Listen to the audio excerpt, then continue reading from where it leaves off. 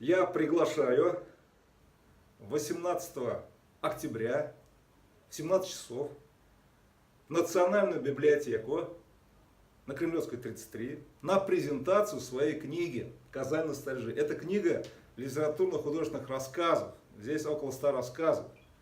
Это книга «Возвращение к себе». Если вы придете, это будет встреча со мной не только как с писателем, но и обязательно как с психотерапевтом. Я им также и остаюсь. Потому что книга, по сути своей, психотерапевтична, и мое выступление будет тоже психотерапевтическим, хотя и это будет встреча, творческая встреча со мной как с писателем, как с автором этой книги. Приходите, буду ждать.